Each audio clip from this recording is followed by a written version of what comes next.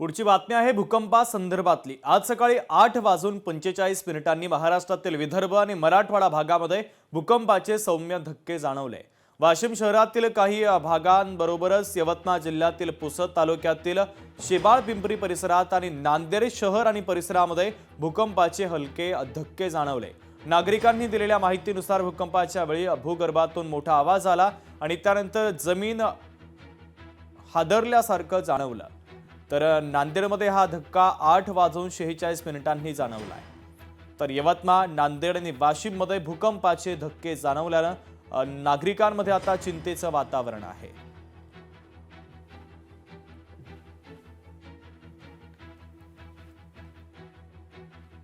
मिनिटानं पलंगावर मी बसेल होती, पोरगी काम करू लागली। ती पोरगी काम करता करता लेकरू लोडू लागलं तर ती का नाही तर लेकरू घेऊन बसली पलंगावर। ती हल्ली पलंगावर, मी म्हणलं माझ्या पलंगाखाली कोण आलं? ती म्हणे महाबाज झाला लागली, बाजावर घेऊन बसली लेकरू। तर मग बाहेर आलो मी, म्हणलं हा बाहेर। मग बाहेर आलो, इकडं सुभाष भाऊच्या घरचे सगळे, इकडं ठोकळ मामाच्या घरचे सगळे बाहेर काढले।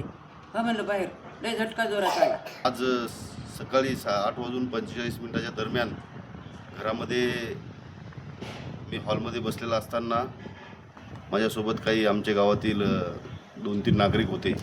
आम्ही चर्चा करत असताना 8:45 दरम्यान एकदम आमचा सोफा हलायला लागला 2-3 सेकंदाच्या दरम्यान। आणि मी त्यावेळेस घराच्या बाहेर आलो असताना आमचे शेजारीसुद्धा घराच्या बाहेर आले आणि त्यांनासुद्धा भूकंपाचा धक्का जाणवल्यासारखा प्रकार घडला। आणि यामुळे 2-3 सेकंदाच्या दरम्यान थोडीशी एकदम जमीन हल्ल्यासारखं एकदम व्हायब्रेशन झालं। लोकशाही मराठी ऐका, पहा, जागरूक रहा।